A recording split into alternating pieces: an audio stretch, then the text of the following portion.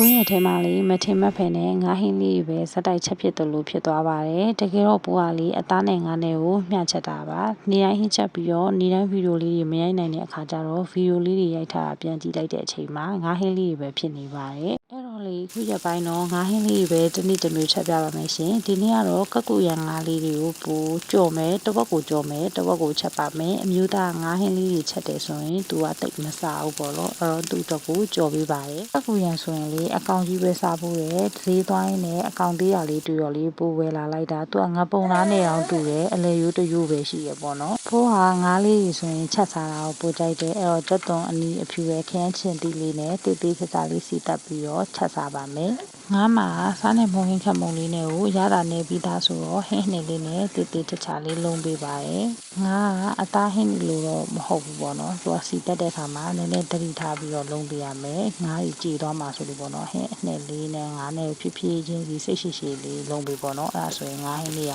စားကောင်းပါတယ်ပိုးစိတ်တိုင်းတလုံးပြီးပြီဆိုရင်ရေလေးထည့်ပြီးတော့ဒါတည်ထားလိုက်တယ်ပွက်လာပြီဆိုရင်ငါးဟင်းလေးရပါပြီနာမည်ကတော့လေမဖြစ်မနေအိုးရမှာဆိုတော့ပို့အုပ်လိုက်ပါတယ်ပို့ကအရန်ကြိုက်တော့ပါငါးဟင်းလေးကမှုေးပြီးဒီငါးလေးကလက်တော်လေးတော်တော်လေးကိုစားလို့ကောင်းပါတယ်ငါးဟင်းနဲ့ငါးကြော်ချက်ပြီးပြီဆိုတော့မပါမဖြစ်အရွက်ကြော်လေးတစ်ခွက်ကြော်ပါမယ်အရွက်ကြော်လေးကိုရောပိုးတင်နဲ့မုံရင်းစိမ့်လေးကိုကြော်ပါမယ်မုံရင်းစိမ့်ကြော်ဖို့အားချက်သွန်အနီရဲ့အဖြူရဲ့စီလေးနည်းနည်းလေးနဲ့ပဲစီတက်လိုက်တယ်ပြီးတော့မုံရင်းစိမ့်ရဲ့အယိုးလေးကိုအရင်ထည့်ကြော်တယ်ပြီးတော့အရွက်ကလေးကိုထည့်ကြော်ပါတယ်ရေတော့လုံးဝထည့်မကြော်ဘူးမုံရင်းစိမ့်ကိုရေဆေးလိုက်တော့လေရေလေးရေကြံတယ်အဲ့ဒီရေလေးနဲ့ပဲသူ့ဟာသူဣသွားပါတယ်ပိုးကစိမ့်စိမ့်ကျွတ်ကျွတ်လေးကြိုက်တော့ပါပြီးရင်အခုတလောဓာတ်ကြနေရဲ့ခဝဲသီးနဲ့ပစုံလေးနဲ့ကိုချက်ပါမယ်ပိုးကခဝဲသီးနဲ့ပစုံလေးနဲ့ကိုတော်တော်ကြိုက်တယ်ပေါ့နော်ခဝဲသီးပေါ်ပြီးတော့ပေါ်တဲ့ချိန်ဆိုရင်ပိုးခဏခဏကိုချက်ပါတယ်ခဝဲသီးချက်ဖို့လည်းအဲ့လိုစီလေးနည်းနည်းပဲထည့်တယ်တက်သွန်နီလေးနဲ့ပစုံလေးနဲ့ကိုစီတက်လိုက်တယ်ပြီးတော့ခဝဲသီးထည့်ပေါ့နော်မြန်မြန်လေးပဲချက်တာပါ